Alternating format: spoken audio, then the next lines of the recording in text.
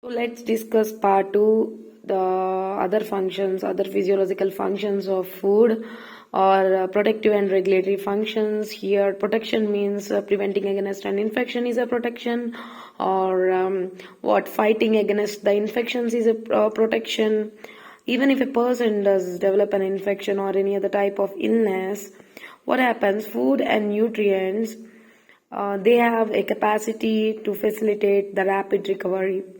For example, if a person is having some illness and eating a poor diet, and the recovery takes more time, so the food actually helps in the protective function as well as the regulatory functions. Like for example, if the body temperature of our body is 98.4 degree Fahrenheit usually, why constantly our body is maintaining 98.4 degree Fahrenheit? In the same way, heart rate and heartbeat also being maintained in the body. All these kind of activities are being done by certain nutrients like vitamins, minerals and proteins. They have contribute in both protective and regulatory functions as the water does. And there we know there are several chemical reactions that takes place in our body, and these are also being controlled by the vitamins, minerals and proteins.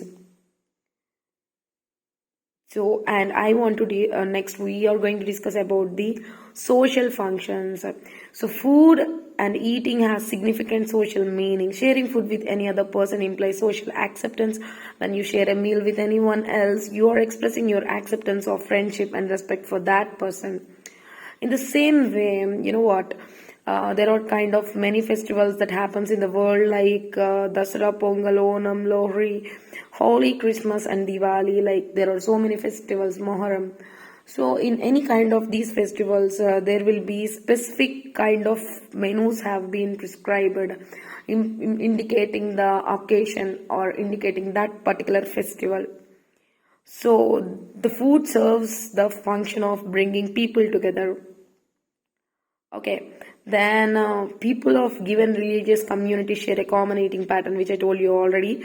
And coming to the psychological functions.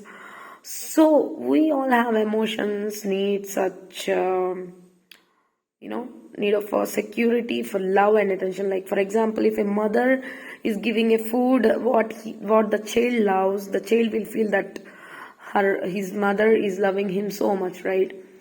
So he will understand that his mother understands and knows the likes and dislikes of that child. So a child quickly accepts food eating by his friends and by the people he admires. So for example, we take some child who is not interested to eat potatoes, something like that. So when he frequently see that his friends are keeping so much interest on eating those potatoes, he automatically get interest of eating the same. So, and food is also closely allied to our emotions, as I told you already. So this is way how the food is influencing the psychological functions. And this is the functions of food. Brief review is like physiological, social and psychological. In physiological, we have energy giving, body building, protecting, regulation, energy giving by carbohydrate, fats and sometimes by proteins, body building by proteins, protection by proteins, minerals and vitamins, regulations by vitamins and minerals. Socially, like as we already discussed, have a social influence in cultures, religions and specific festivals. Food is an indication of joyful celebration. Coming to the psychological, food is an indication of affection and love. It also changes the eating habits of a child by admiring the foods of his favorite people. So these are all the functions of food, and the definition of food is very simple, that whatever that nourishes your body is food.